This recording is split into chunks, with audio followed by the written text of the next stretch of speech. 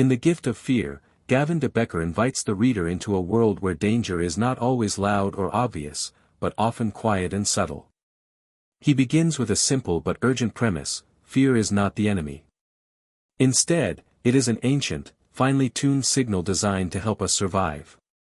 Our instincts, he says, can register the faintest signs of threat long before our rational mind catches up. Too often, however, people dismiss these feelings, choosing politeness or doubt over self-preservation. De Becker, a veteran in security and threat assessment, draws on decades of experience protecting clients ranging from ordinary individuals to high-profile figures. He tells stories that are not just thrilling but unsettling, accounts of people who faced danger, sometimes unknowingly, and how their responses determined the outcome.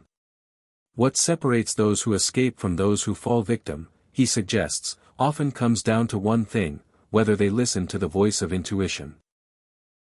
He explains that fear, in its purest form, is a moment of clarity. When your body stiffens, your senses sharpen, and your thoughts focus, this is not irrational panic, it is your survival system working exactly as it should. The real challenge is learning to distinguish this kind of fear from anxiety, which is usually fueled by imagined dangers. Intuition draws from real cues, many of which you notice without consciously processing them. To make this point clear, he dives into the psychology of predators. Most acts of violence, he says, are not sudden explosions of rage but calculated processes. Whether it's a stalker, an abusive partner, or a con artist, predators often follow recognizable patterns: approach, testing boundaries, manipulation, and eventual escalation. If you know these patterns, you can see danger coming earlier than most people realize. One of the recurring lessons is the danger of dismissing small warning signs. A stranger insisting on helping carry your groceries, a coworker who won't take no for an answer, or a date who subtly mocks your boundaries, these are not harmless quirks. De Becker urges readers to respect these gut reactions, because they often stem from dozens of subconscious observations. He calls this the gift of fear, a protective system that never wastes energy without cause.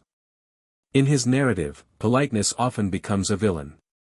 Many victims of crime recall moments when they felt something was wrong but stayed silent to avoid appearing rude.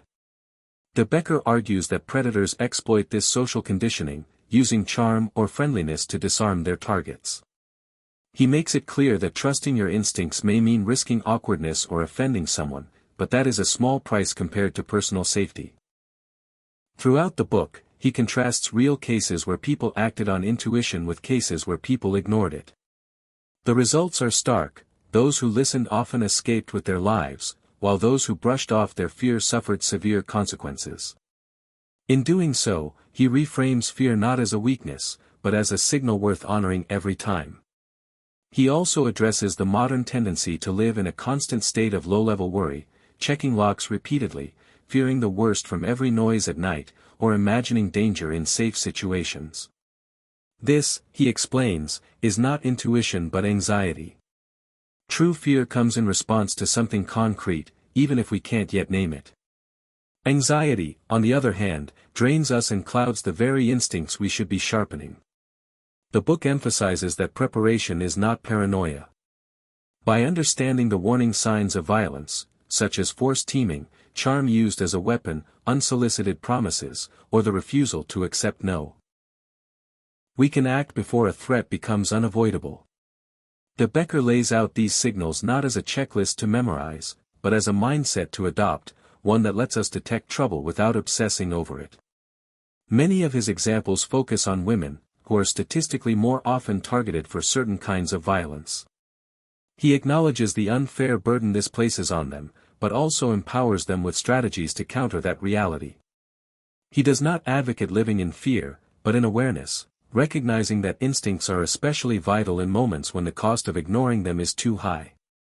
In the later chapters, De Becker discusses stalking, domestic abuse, workplace violence, and celebrity security, weaving each into his broader theme. Whether the danger comes from a stranger in a parking lot or a person you know well, the rules of human behavior remain consistent. The signs are there, the question is whether you notice and act on them. At times, the narrative feels almost like a detective novel, with the reader piecing together clues alongside him. In one case, a woman survived an assault by trusting a sudden and intense sense of dread, leaving the situation before it turned violent. In another, a person ignored repeated internal warnings until it was too late. These stories are both cautionary and affirming. De Becker closes the book with a message that is both sobering and hopeful: you already have the most powerful survival tool you will ever need.